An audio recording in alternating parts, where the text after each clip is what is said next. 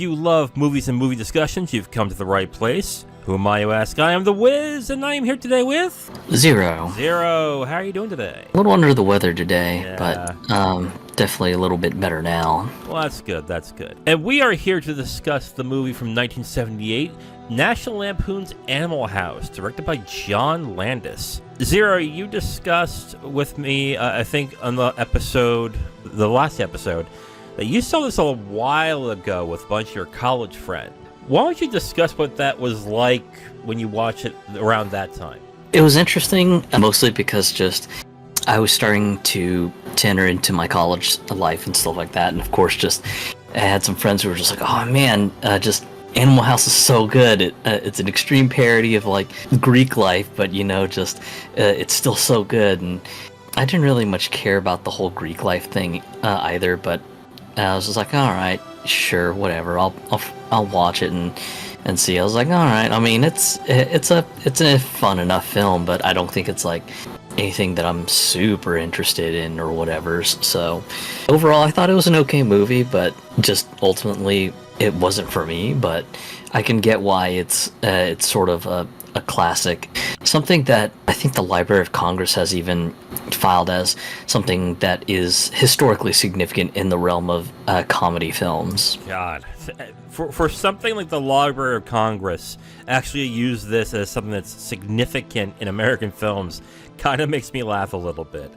I like you, I heard that this movie was really funny, but when we were growing up, we still had these types of comedies. We had movies like There's Something About Mary, and I think another one would be American Pie. Old School was there too. So it just seemed kind of weird to watch this type of film that is set in the past when we're getting those same type of films. So I just didn't really bother with it. But now that it seems like this type of comedy is not being made anymore, I think it was an interesting throwback to get into. So why don't we just get right into the review of Animal House, starring John Belushi and directed by John Landis. I came out of this going, I understand why some people love this movie, but I think other films in the future have done it better. I think this is kind of like a great sort of like foundationary film in the comedy genre, but later films definitely iterated on all the jokes and gags that were featured in this movie. Yeah, I think with this type of film, it really matters of the time and place, which is why I was kind of stunned that this was a period movie. I mean, this was done in 78, but this is set in the early 60s. I don't know about you. Did you have to remind yourself that this was set in the 60s at any point in time in the movie? A little bit, because I was just like, oh, this is like in the 80s and stuff. And then they reiterate like the year and stuff every once in a while in the movie. I was just like, oh my god, really? This is in the 60s? Holy shit. Yeah, like, except for maybe one scene in the film, I don't see the need to have this be set in the 60s. This could have been set in, I would have believed, in the 70s. And maybe a difference here and there would be there, but other than that, like, I don't understand why it needed to be set in the 60s at all. It just seemed like an unnecessary detail. I really didn't find any performance to be that much of a standout. I can't really give a performance where I really feel strongly or negatively about. Even like John Belushi's performance, who plays, I think, the character that he is most known for. I was kind of like, he's fine, I guess. Belushi's character was more kind of in like the gross out humor sort of genre, especially like with some of the food related gags and stuff like that. And I'm not much one for gross out humor. I was just like, all right, I can see this is like the origin story of like the gross out humor genre and everything. Yeah, I'm okay with some gross out, but I think as we've discussed in the Tampopo review, when it comes to food, I'm like, no, I'm not into that. Like when he was in the scene in the cafeteria, I had to look away. It's like, Jesus Christ. Like, yeah. My thing with the film is I was kind of surprised how nobody in this film is likable. And I mean nobody in this film is likable. I just found it weird. Even the characters that you're supposed to be rooting for, which is the frat house that is being attacked on all sides, are kind of assholes. They're really detestable. in certain scenes and in certain ways in the movie. There were definitely some moments where, like, you could tell that there were some characters that the film tries to say, hey, you're not supposed to like these people because these people are just absolutely antagonizing the Delta House. But at the same time, it's like you mentioned, just a lot of the guys in the Delta House, they're kind of jerks and they're kind of shitty. So it's just like, I know where the film is going. I just find it very hard to find the strength and the conviction to say, yeah, I really don't like those Delta guys at all. And my mind just keeps drifting towards that. It's just like, I just don't like them. I know the movie's trying to say, hey, yo, the Delta House guys are the good guys. Root for them. It's just like, I don't know. I'm not feeling it. Yeah.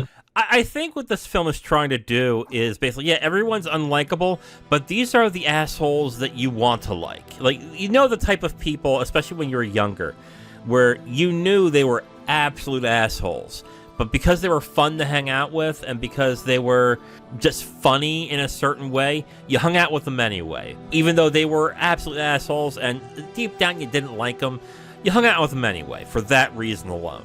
I think that was this collection of characters where you have all these characters who do detestable things or just flat out disgusting or just flat out sad in some aspects. It's almost like the film kind of wants you to excuse it a little bit. Is it that the film is trying to excuse their behavior, or are they showing it in a light where, oh yeah, these guys are assholes, but these are the ones that you're supposed to like. These are the ones that you want to know, you want to really like these and root for these characters. I think it's more like an extreme caricature of like cool frats of just, hey, this Greek house is so cool, but you know they're being antagonized by like the snooty frat houses. So you gotta root for the Delta house because they're the cool house. I just sat here watching this going, neither of these guys are cool. I don't like any of these people, like, especially the guy who's getting jerked off with with rubber gloves. I was like, who does that?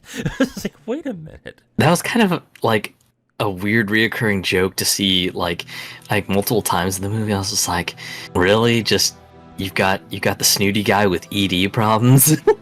I don't think it's an ED problem. I think it's just that he's a closet homosexual. That's probably it too. But I was just like, God damn it. Yeah, I think that's what they were inferring to, because every girl that he was with would say, is it going to get hard yet? I'm like, oh, God. Yeah, so I guess we're at the writing now. As I was watching this film, I was thinking about Old School. Now, Old School takes a lot of what they do in this movie and essentially modernizes it. I didn't realize that until what I watched this movie, that really Old School aped a bunch of stuff from this movie.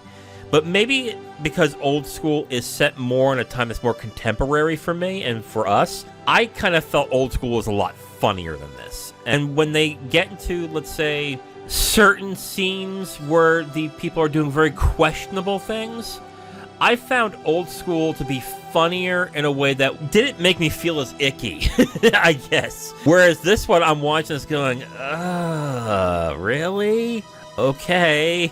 It's kind of like I said in the beginning. For me, I saw it as, okay, I get it. This is sort of the origin of like a lot of American comedy movies and stuff like that. But at the same time, it just had me yearning for some of the more modernized takes on some of the jokes and gags that they were doing. I was just like, oh man, I remember this one more modern movie did this joke in such a more funny and contemporary way that I loved it so much. I think you just hit the nail on the head. This is basically a blueprint of what future movies would be. And a lot of the times, we've talked about this too, sometimes the blueprint is the best version of that movie, and everything that iterates out of that just seems to be a little less from that original blueprint. But many other films that become the inspiration of others iterate it to a better quality, and I just think this is just a blueprint that's been iterated better in other films. I'm not saying that the film is not funny in certain circumstances. It is. What I think this film doesn't do well for me, that I think others do, is that even later films like American Pie, Old School, and stuff like that, or even Wedding Crashers, yes, the characters that you're rooting for, yeah, they're kind of scummy, but they're likable scummy. They're scummy to a point where they're redeemable. They are deep down a good person, whereas in this movie, I think every one of these people are detestable assholes, and I just was like it's kind of hard for me to actually sympathize with them. I think is where it is. Like, I think there's actually more likable characters in, let's say, American Pie than there is in this movie. Overall, just felt it was okay. I just felt it was more like a blueprint for just everything that was to come later on down the line, which, again, it's not to try to, like, dog on the movie and just go, oh, this movie bad, but it's more in light of having seen some of the more contemporary comedies that sort of look to Animal House as sort of a blueprint on how to do an American-style comedy movie. Just my mind seems to more gravitate towards those more modern movies instead. Though it is kind of funny because, like, there have been so many shows that have sort of parodied the shenanigans of Animal House. Easily, what comes to mind is more The Simpsons, being one of them, where Homer goes to college. And then the other one being Futurama, where there's a robot fraternity at Mars University that basically is absolutely reviled by the dean.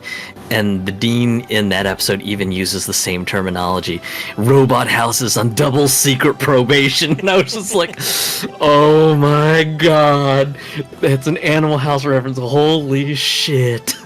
Let's do a minor spoiler real quick. And I want to spoil the end of the movie, which is basically that the heroes don't win in this movie. They actually get their frat shut down by the dean. I'm kind of surprised by that ending, because this just seems like a movie as farcical as it is. I didn't think that they would actually have an ending where really the heroes would not come out on top. Now, you can say that the way the film ends that they kind of did, but not really. They caused a lot of destruction, but did they win? I don't think so. Yeah, the ending is kind of a cacophony of chaos. Yeah. And I think where they kind of try to show you that the heroes win, in a way, is just sort of in the ending credit sequence where you see the futures of all the characters and everything. Like, all the snooty frat house guys from the good frat house, they end up in, like, horrible situations. I think, like, one guy gets shot by his platoon in Vietnam or something. Oh, yeah. And I'm just like, okay. I can see this was the origin for the Simpsons gag, where just you've got like a bunch of characters after the Homer College episode where they show you kind of like what they move on to and everything. I think once he was raped in prison, I was like, Jesus. Yeah, I was just like, whoa, what a dark turn. Yeah, that was freaking dark. There are some dark shit in this movie, like surprisingly dark shit. But even then, it's like done incredibly lightly, which is kind of weird. I don't know if that's just kind of the way it was back then when it comes to these comedies, where they would take these really screwed up situations and then they'll be like, it's just for fun. Get into final thoughts for Animal House. I think the film is okay. I think you put it best, where this is essentially just a blueprint film now, where it just shows where this type of film, maybe not started, but where others really crib from. There are some laughs in it. There is some funny things. One thing I didn't note, but I will say here, the music is great in this movie. I love the music in this movie. But other than that, it's okay. It's interesting to see how these types of films came to be and where it started from. But nothing more than that. I'm going to give this 2.5 stars out of 5. For me, I'll probably be a bit on the low side. I'll probably say right around a 40%. It's not a terrible movie, but I think, like I've mentioned so many times throughout this review, I see this as the origin story for blueprint for the American comedy, especially with some of the gags and some of the jokes that they go into. It kind of runs the gamut. You've got like dark jokes, you've got kind of silly slapstickish humor sort of jokes. It kind of runs the gamut in my mind. Overall, I mean, if you're someone who values like historical significance, then I would say this is definitely one not to miss. You should definitely watch it, especially because of the historical significance. But if you're just trying to just find comedy for comedy's sake, you can definitely do better with some of the newer films that have come out since Animal House arrived way back. So you're better off with some of the contemporaries that you had mentioned, so stuff like American Pie, Old School, and so on and so forth. I get why I think a lot of people seem to love this movie, and I guess if you were into that situation, like you said, like the Greek life and the college and the fraternity thing, maybe I could see that kind of attachment that you would have with this film. But like you said, I'm just surprised by how much this movie has been cribbed, and I think it's been cribbed better at that point. So yeah, I mean, I don't give it a low rating. I'm just gonna give it right in the middle. But I do agree with you. If you are just watching this for